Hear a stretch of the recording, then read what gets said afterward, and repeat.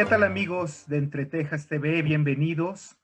En esta ocasión vamos a charlar sobre un tema que resulta por demás interesantísimo. Bueno, es mi caso particular porque tiene que ver con dos de las actividades que realizo. El asunto del periodismo en Chiapas. Y para ello tenemos como invitado al doctor Sareli Martínez Mendoza. Él es profesor de tiempo completo por oposición desde 1991 en la Universidad Autónoma de Chiapas. Miembro del Sistema Nacional de Investigadores, cursó la licenciatura en periodismo en la Escuela de Periodismo Carlos Septién García, realizó estudios de maestría en Ciencias de Comunicación en la Facultad de Ciencias Políticas y Sociales de la UNAM y se doctoró en Ciencias de la Información en la Universidad Complutense de Madrid. Es colaborador de la revista Nexos y del portal Chiapas Paralelo. Es autor de La Prensa Maniatada, Periodismo Contemporáneo en Chiapas y La Condición del Periodista en Chiapas. Su libro más reciente es Santiago Serrano, El Periódico y el Verso. Pues muchísimas gracias por aceptar esta invitación, Sareli.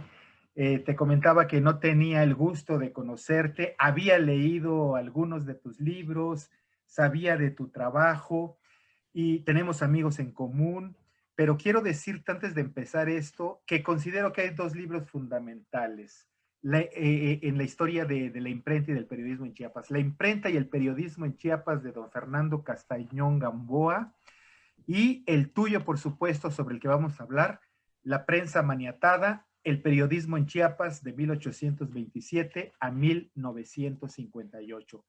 Bienvenido, Sareli. Luis, muchas gracias por este espacio y que estés tan activo en estos tiempos en que uno no se puede detener y que uno está básicamente refugiado, ¿no? En casa.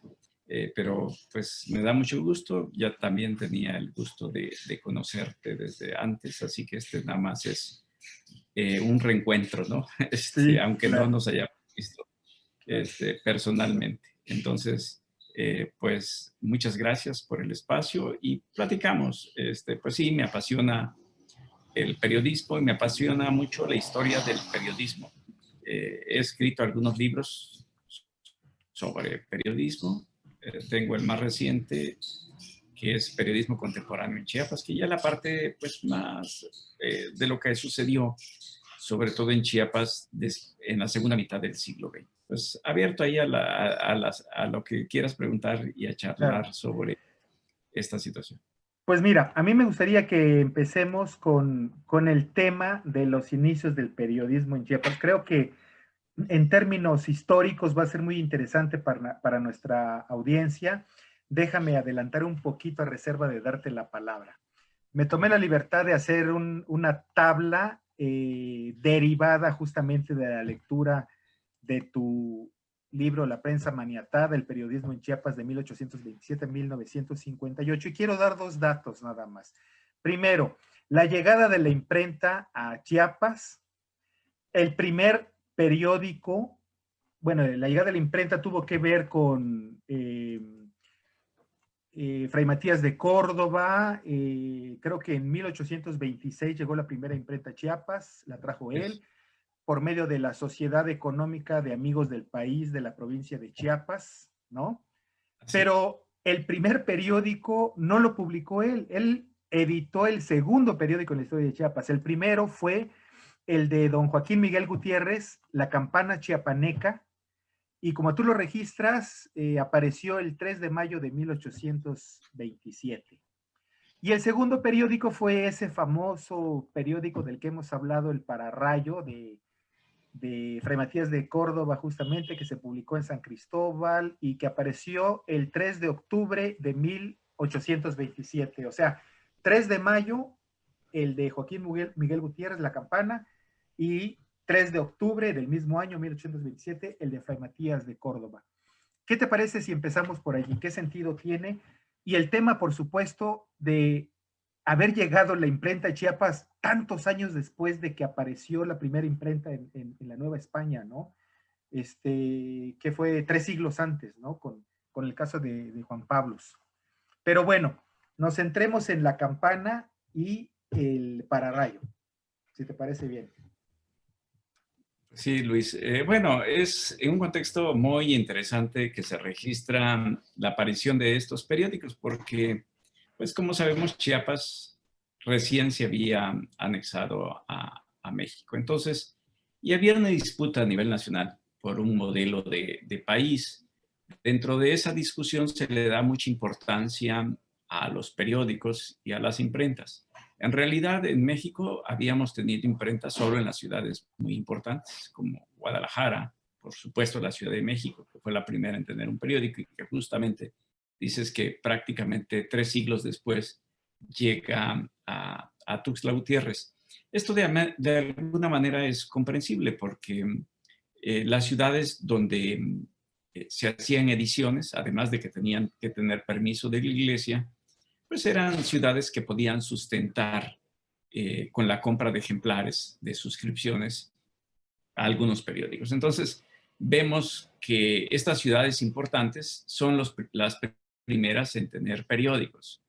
Como decíamos, la Ciudad de México en primer lugar, Puebla, Oaxaca, Guadalajara.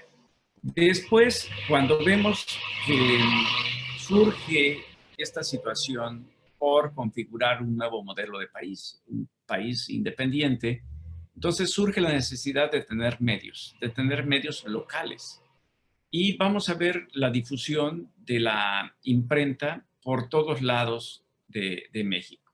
Las ciudades pequeñas empiezan a tener alguna imprenta, hasta 2 imprentas, y porque además la iglesia deja de tener el control de la publicación de escritos, digamos, en un contexto de mayor libertad.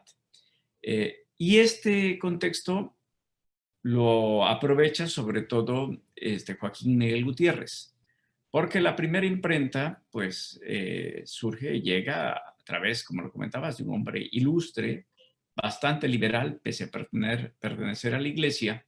Eh, por supuesto que se da en ese contexto, pero no deja de pertenecer a la iglesia, al ser Fray Matías de Córdoba, parte de la iglesia. Entonces, es parte del clero, es parte fundamental. Entonces, recibe apoyos, lo que bien comentas, de la Sociedad Económica de Amigos del País, que tiene una fuerte presencia en Centroamérica. No solo, digamos, es un caso fortuito el que apoye la llegada de la imprenta a San Cristóbal de las Casas. No solo se da en eso, sino que es una fuerte presencia y realmente buscan en este contexto de libertades, de independencias que se está registrando en América Latina, pues buscan que la imprenta sea un elemento de ilustración.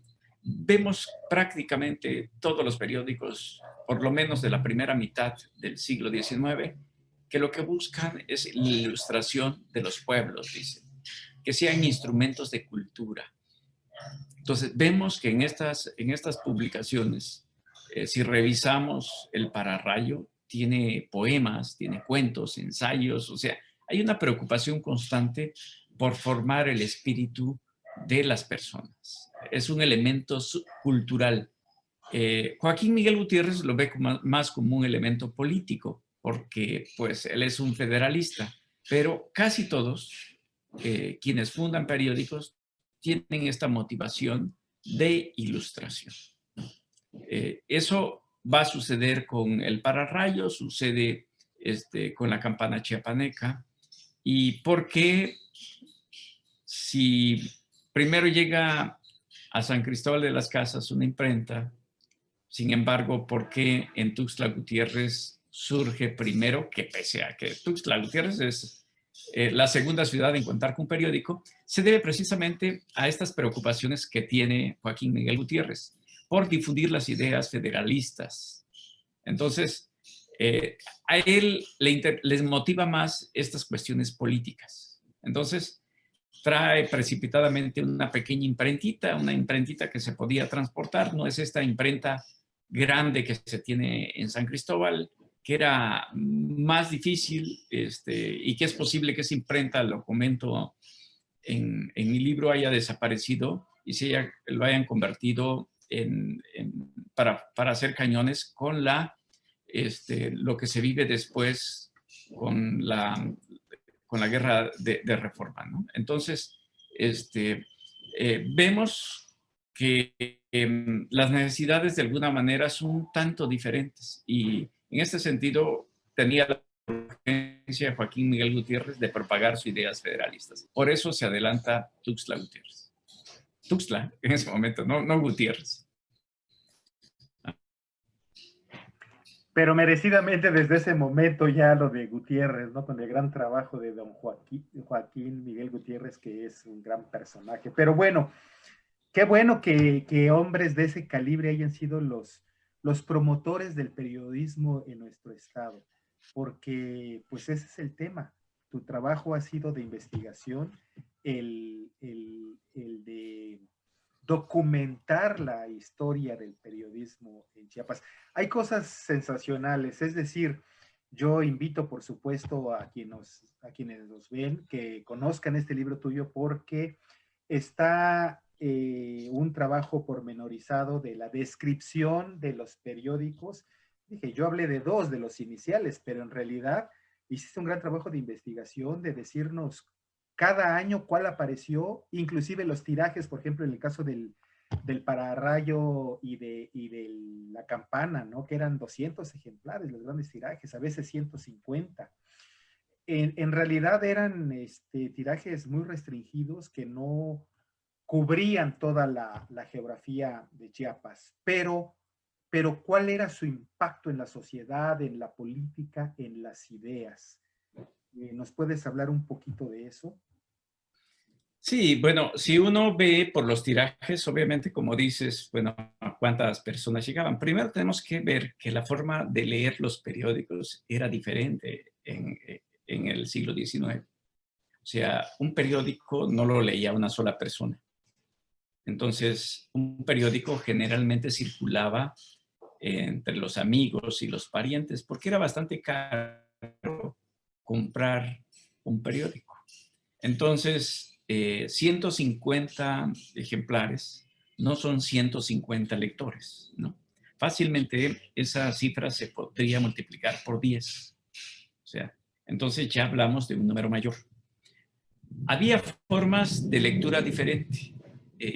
Por ejemplo, era normal que en alguna familia se reuniera y leyera en voz alta los periódicos.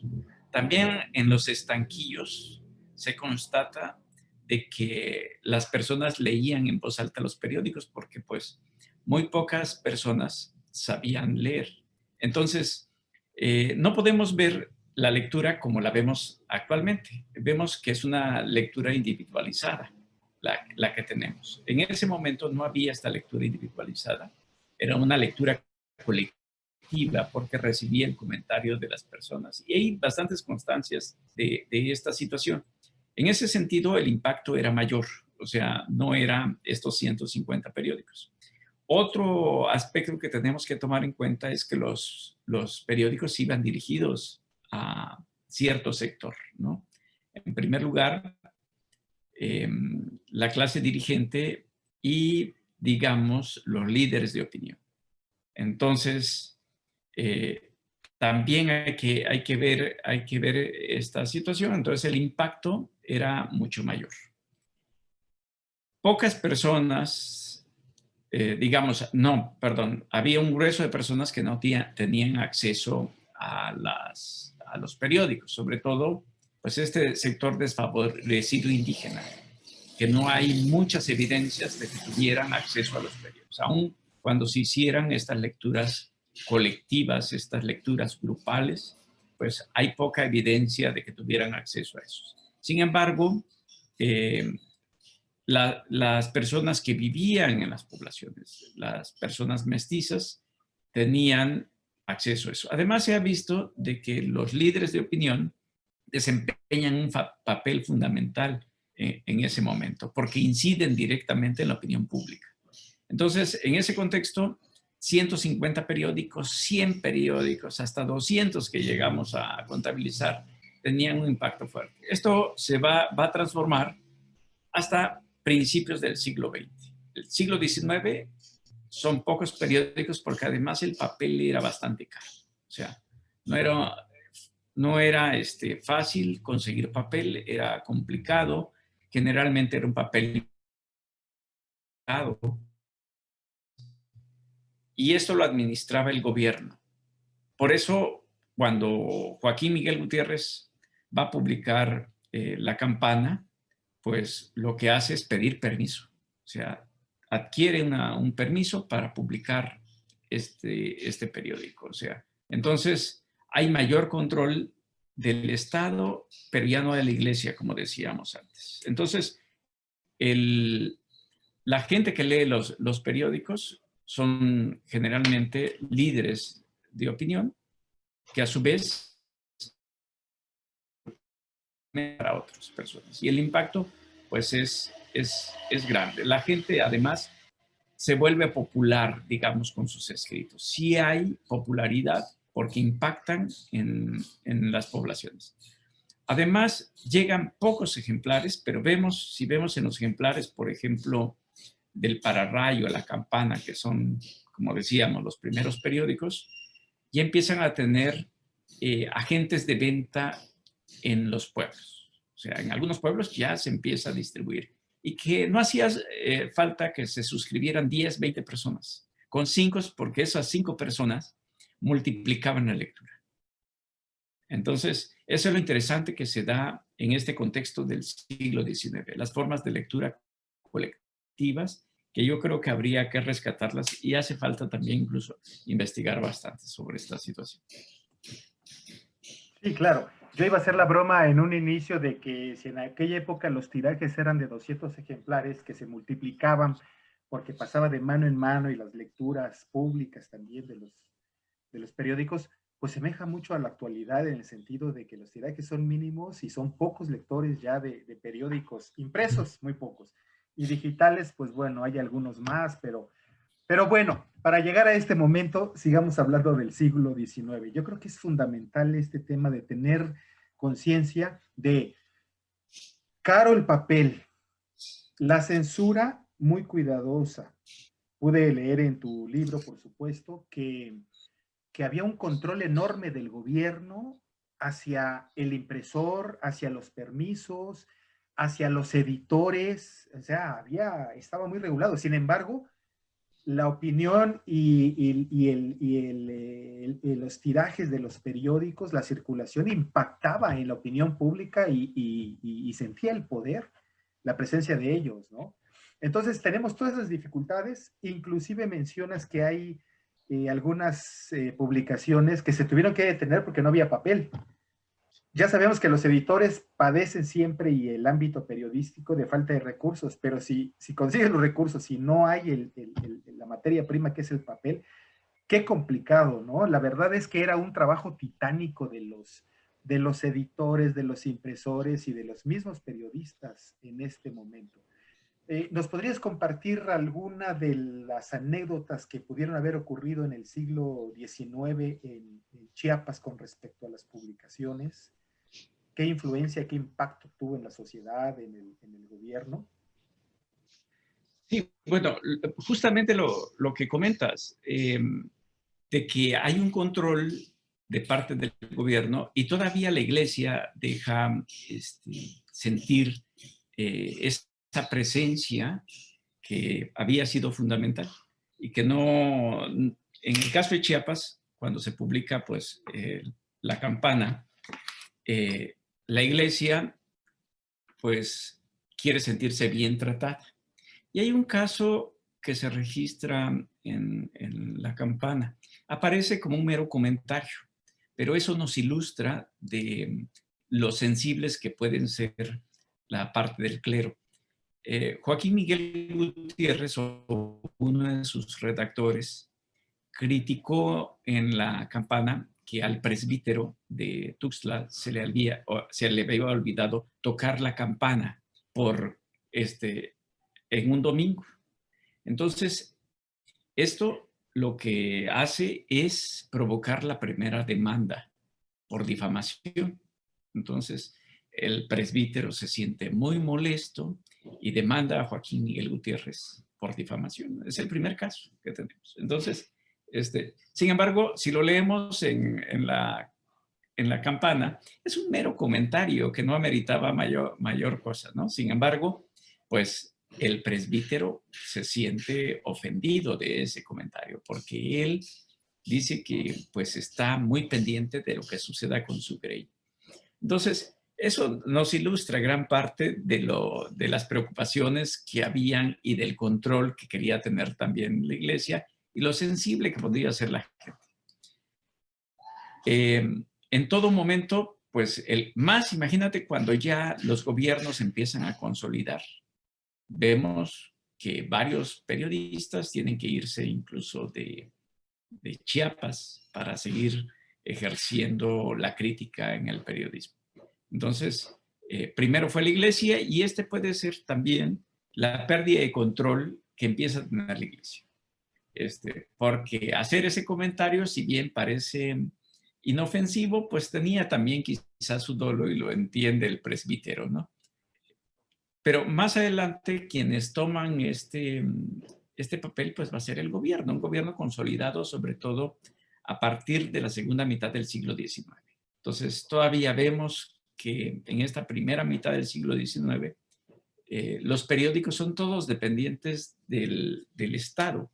Son prácticamente todos los periódicos son oficiales. La excepción es prácticamente la campana.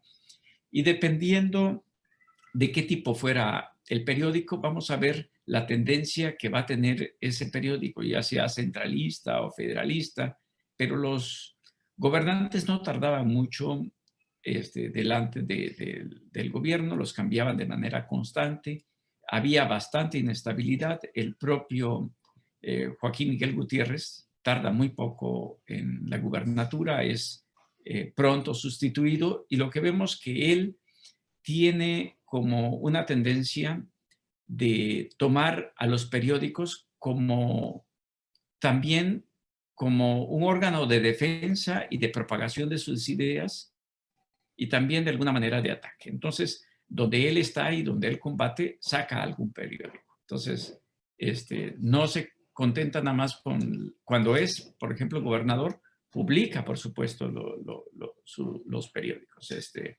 Tiene el triunfo de la justicia, ¿no? Pero también cuando está combatiendo, llega a publicar la trompeta del juicio ahí.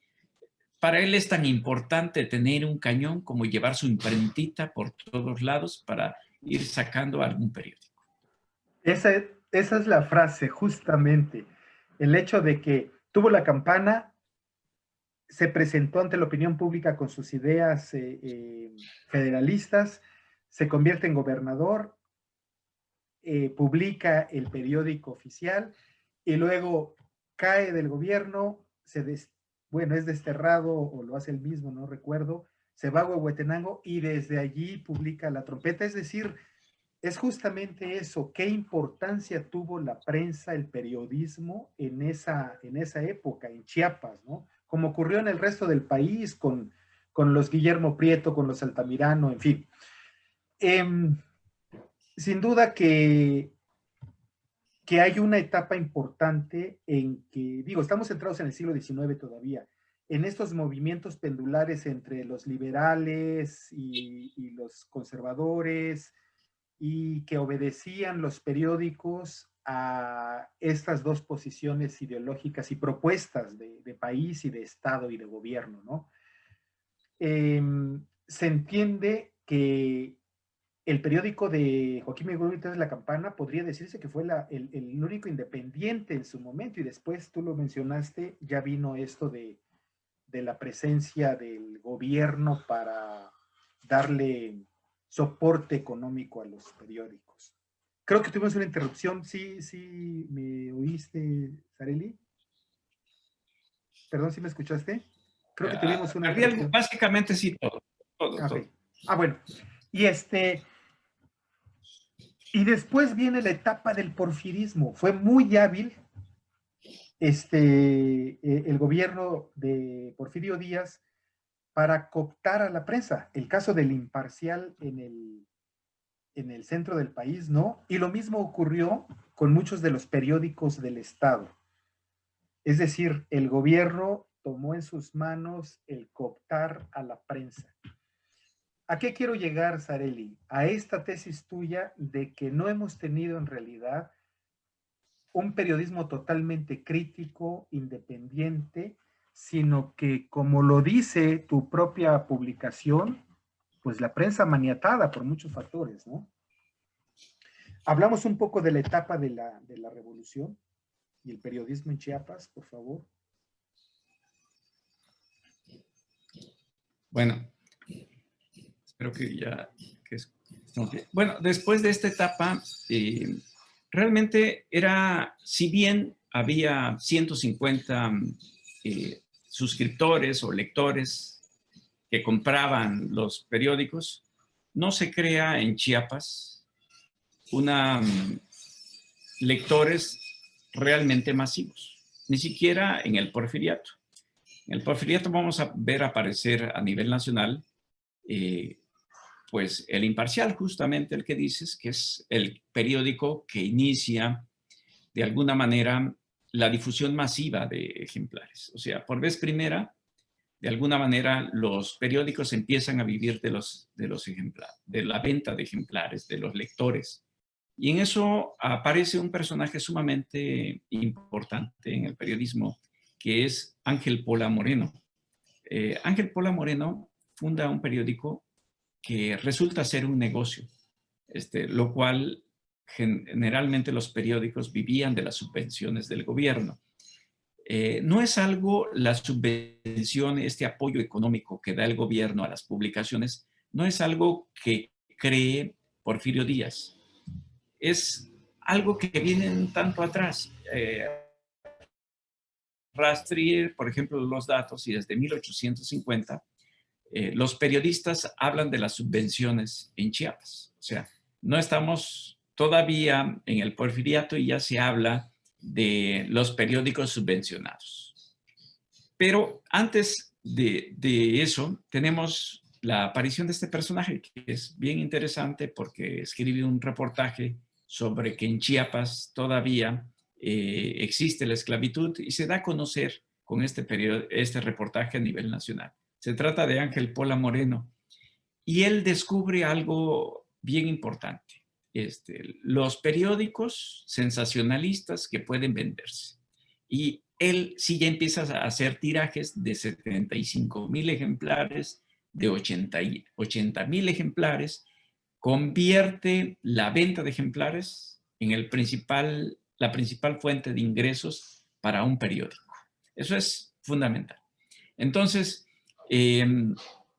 este personaje es chiapaneco, transforma el periodismo y por años se llamó el decano del reporterismo en México. Es decir, lo que vamos a ver en el siglo XIX no son propiamente periodistas en Chiapas. Lo que vamos a ver que son diletantes del periodismo. O sea, tienen como función principal el ser abogados, el ser médicos, el ser sacerdotes, y pues en esos ratos libres que tienen se dedican al periodismo.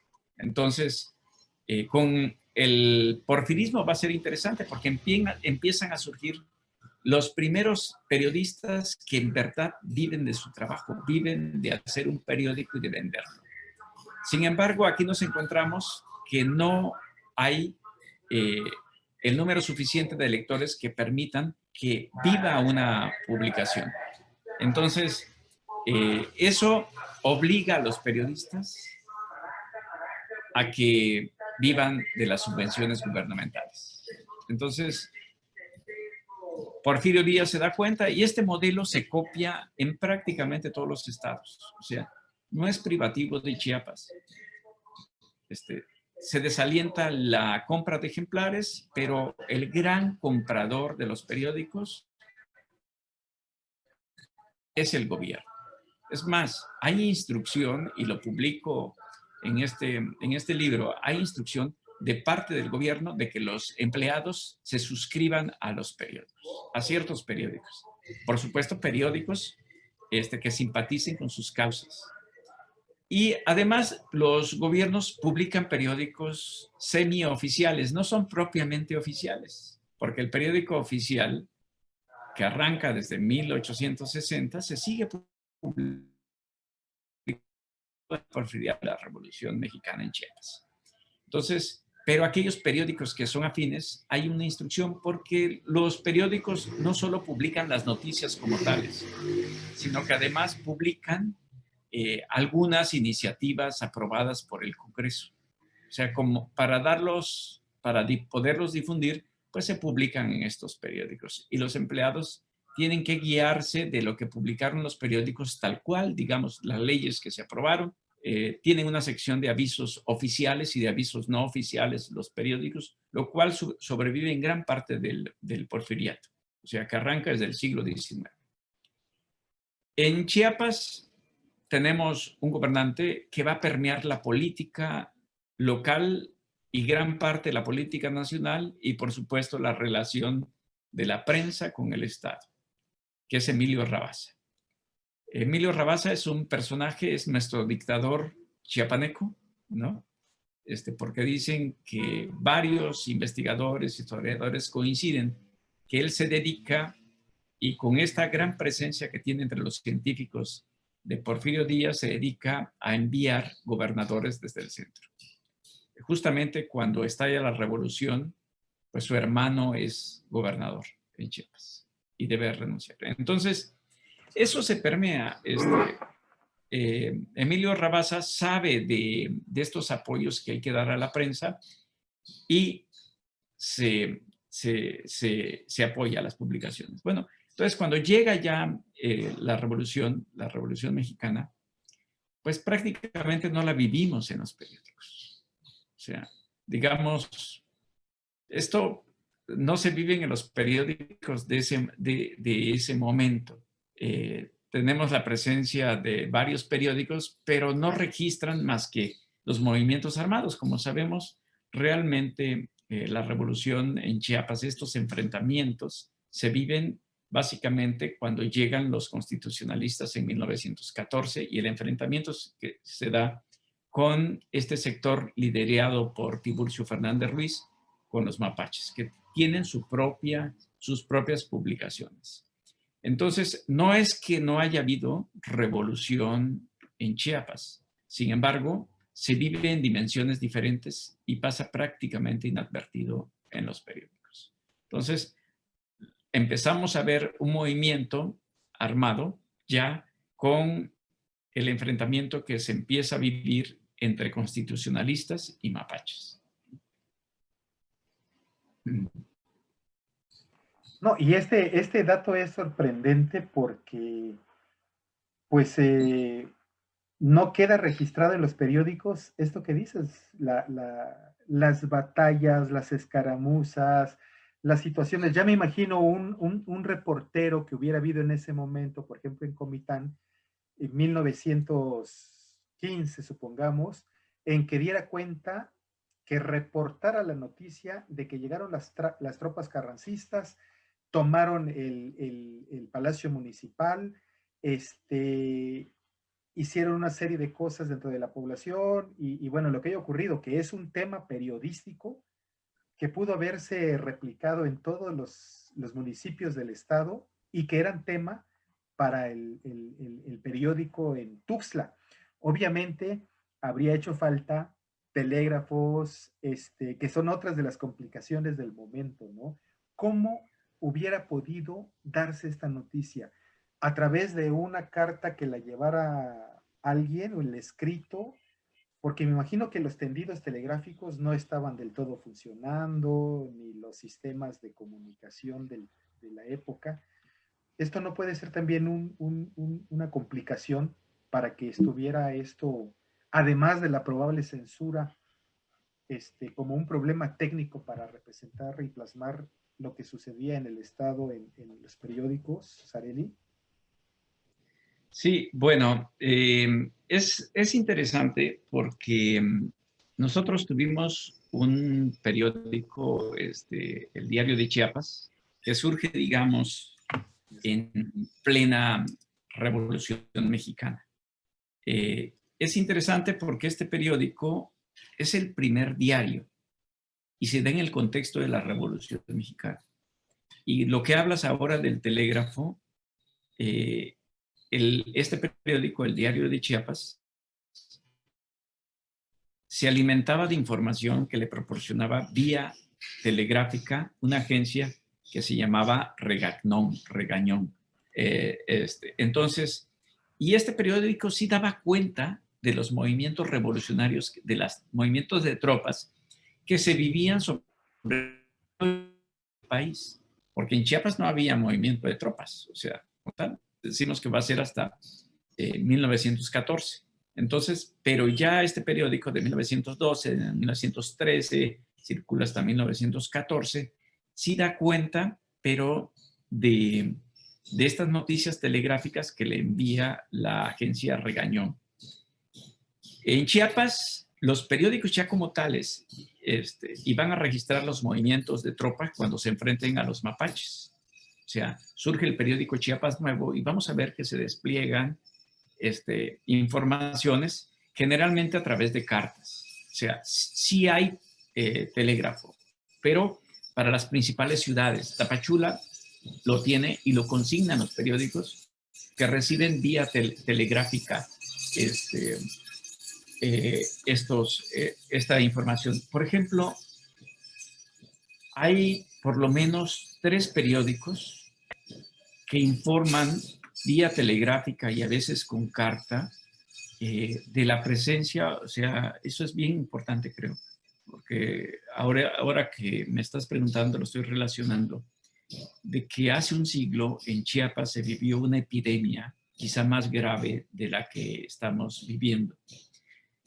Y el corresponsal de Chiapas Nuevo enviaba sus partes a través de mensajes telegráficos de las bajas que vivían en Tapachula. Es sobre todo a partir de octubre de 1918, o sea, hace ya más de 100 años, 102 años.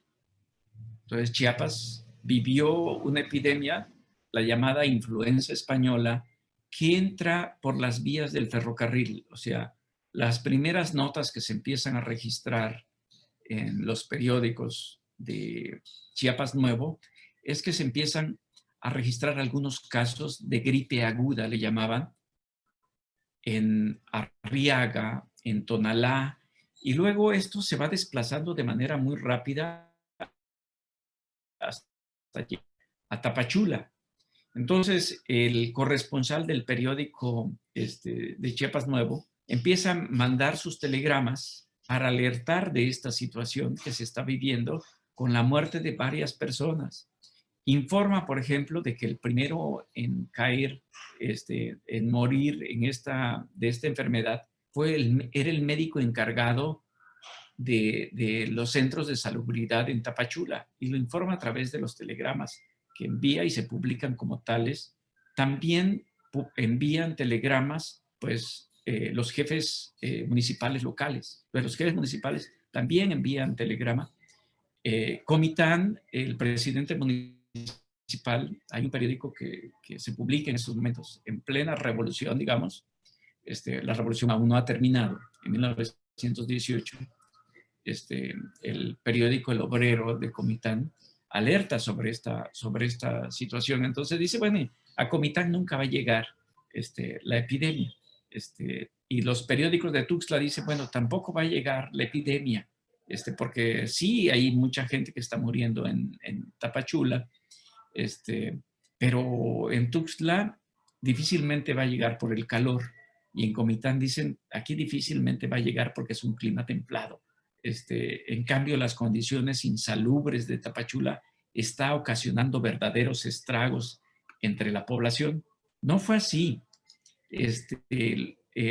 Si vamos revisando el periódico, por ejemplo, el periódico El Obrero de Tapachula va dando cuenta de estos problemas que se empiezan a vivir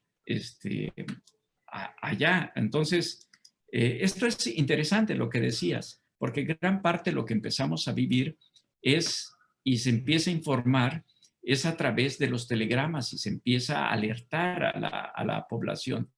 Entonces, en esa época en Comitán, Javier Gordillo había publicado un periódico que se llama El Obrero. Entonces, estaban muy preocupados. El presidente municipal estaba muy preocupado de lo que estaba sucediendo y El Obrero daba parte también de las cuestiones de enfrentamientos que se vivían, pero también le preocupaba mucho el avance de la gripe española, que al final afectó a Comitán, afectó a todo Chiapas. Se calcula que falleció el 10% de la población en Chiapas. Una cifra realmente grande. O sea, en Comitán tenemos que se va publicando el número de muertos que va surgiendo. Pero eso fue todo noviembre, diciembre, y de repente desaparece del periódico El Obrero.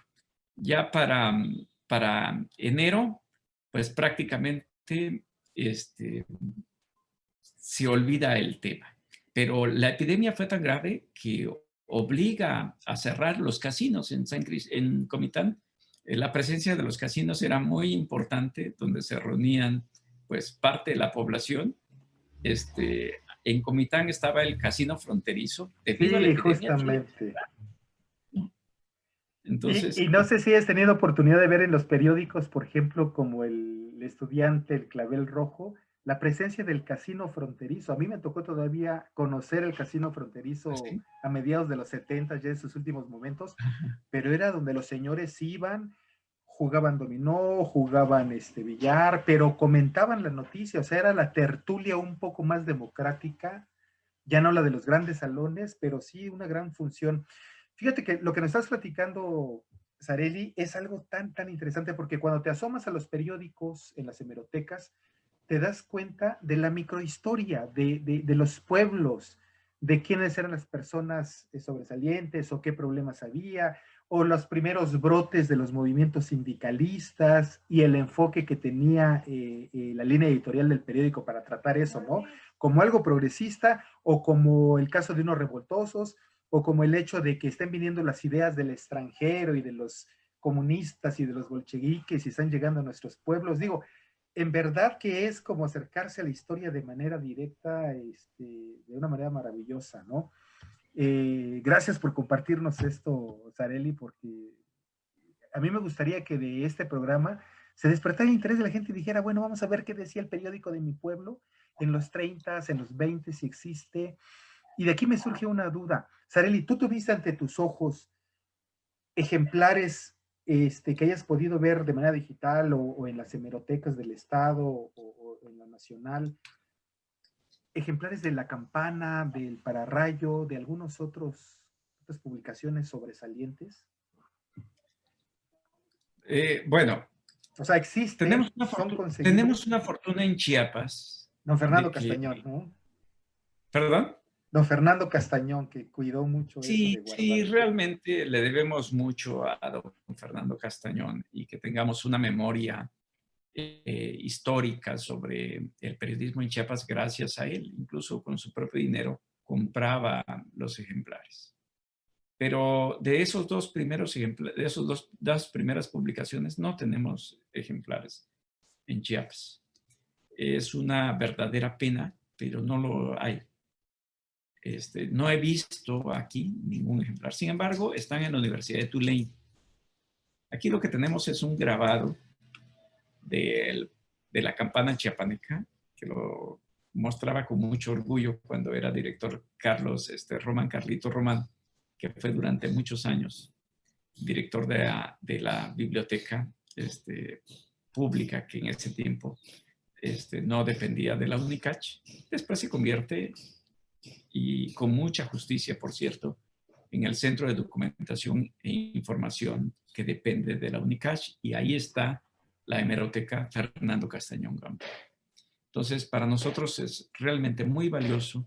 Yo pertenezco a una red de historiadores de la prensa y nos reunimos cada año, cada 2 años a comentar y hacemos reuniones virtuales. Y comentamos esta fortuna que tenemos algunos estados de que tienen periódicos en existencia. Cuando yo escribí la prensa maniatada hacia principios de este siglo, hacia el 2000, cuando uno tenía que consultar, ir a la hemeroteca, tenía acceso a los periódicos. Podía uno hojearlos, claro, con guantes y todo para proteger los periódicos y protegerse uno mismo. Ahora ya no. Afortunadamente se digitalizaron todos los periódicos y tenemos acceso a través de la digitalización y de la página de la Unicach, que entiendo que por estos momentos no están disponibles, pero casi siempre están disponibles ahí en la Unicach. Y yo los he consultado en línea y los podemos revisar. Podemos revisar a los periódicos comitecos del Obrero que hablábamos hace un momento y de los casinos, que realmente merecen, los casinos, yo creo, de Comitán, merecen una investigación, porque en mi libro más reciente, que es el de Santiago Serrano se va a vivir a Comitán en 1924 y pues pasa gran parte de su tiempo en los casinos, como dices, comentando la nota política del día, de lo que pasa en el pueblo. Y después, hacia 1927, después de estar 3 años en los casinos, Santiago Serrano se va a una finca que tenía su esposa por ahí cerca de las Margaritas, ¿no? Pero él comenta en sus textos lo que se hacía en los casinos comitecos, que es una particularidad y es algo que habría que rescatar y comentar, ¿no? Porque era donde se daba cita, sobre todo los hombres, pero también participaban los jóvenes, ¿no? Entonces, sí, tenemos esa fortuna. Gracias a esta previsión que tuvo don Fernando Castañón, pues tenemos muchos ejemplares y debemos sentirnos muy orgullosos. Y yo agradezco ahí a las personas que se dedican a conservar estos periódicos en el Centro de Documentación del Unicach, a Martín Sánchez, que lleva muchos años dedicado a esto, que cuidan su periódico como su propia vida. Los tienen sumamente cuidados, con una temperatura especial. Cuando en alguna ocasión se va la luz o deja de funcionar un aire acondicionado, se preocupan muchísimo, sufren de lo que les puede pasar a los periódicos. Noé Gutiérrez durante años estuvo dedicado a esta conservación de los periódicos. Y no solo han hecho la conservación, que ya en sí es un gran trabajo, sino la clasificación y la digitalización. Realmente sin ellos, yo no habría podido no podría haber escrito La prensa maniatada, menos el siguiente libro que tengo, que es Periodismo Contemporáneo en Chiapas. Entonces, pues yo desde aquí les agradezco a ellos, porque sin el trabajo que hacen ellos, que hacen todos los que trabajan en este centro de documentación, no sería posible para los que nos dedicamos a escudriñar parte de la historia de Chiapas poder hacer este trabajo. Claro. El tiempo nos apremia. Te robo unos minutitos más, Arely, si no tienes inconveniente, porque, bueno, con este afán de ir avanzando cronológicamente, me salté algo que creo que es fundamental y que quisiera nos dieras tu comentario. La prensa crítica, sarcástica, zahiriente, en buenos términos, que se dio con estas publicaciones que, si mal no recuerdo, son de, pues, ¿qué será? De 1860, 70, algo así, con La Mosca, El Piojo, estas publicaciones. ¿Nos puedes hablar de ellas? Porque creo que también esa es una vertiente importantísima del periodismo, ¿no? En nuestro estado, que hay que exaltar y que tanto falta nos hace. Hay dignos representantes, todavía los tenemos. Ojalá que tengamos oportunidad de platicar de la prensa contemporánea en algún momento, si nos lo permites. Pero si nos platicas de este tema, te lo agradecería muchísimo. Bueno, Yo creo que sí, es prolífico y también falta investigar sobre este aspecto, la prensa satírica que se da. No tenemos, como sucede en la Ciudad de México, una prensa, digamos, que se haga con caricaturas, una prensa ilustrada. No la tenemos, desafortunadamente, pero sí vamos a tener esta prensa satírica, eh, estos escritos que vamos a tener de algunos periodistas que le buscan el sentido del humor. Entonces, lo tenemos en Comitán. Hay publicaciones bien interesantes, ¿no? O sea, no podemos dejar a un lado esas publicaciones como incluso como El Clavel Rojo que me mostraste hace un momento, que realmente el estilo, la gracia, para criticar, para no solo al personaje público, sino a las costumbres, verlos con otros ojos, con unos ojos, este, digamos, de sonrisa, de divertirse, de reírse de uno. Entonces, no solo es la crítica que se va dando en el lado político, sino que empieza a surgir con el mismo título de los periódicos, por ejemplo, que mencionas, ya de alguna manera nos dan pie al tipo de publicación que se van a referir. Entonces, llama la atención, por supuesto, y me salto mucho porque hacia mediados del siglo XIX aparece un periódico que va a ser también parte de ese compendio y que desgraciadamente pues ya no lo vemos circular, que es el periódico Es Diario Popular, de un personaje sumamente importante que es Gervasio Grajales. Entonces, el sentido del humor, la aparición de un reportero como Far, que juega con las palabras locales, que se divierte, que cabecea en doble sentido. Entonces, eso es parte de la tradición que se vive en Chiapas y que arranca justamente hacia mediados del siglo XIX y que es una forma también de burlar la censura. O sea, digamos, de hacer la crítica de otra manera, no solo de hacer, o sea, además, por ejemplo, Gervasio Grajales era un periodista que se sentía de izquierda y lo era.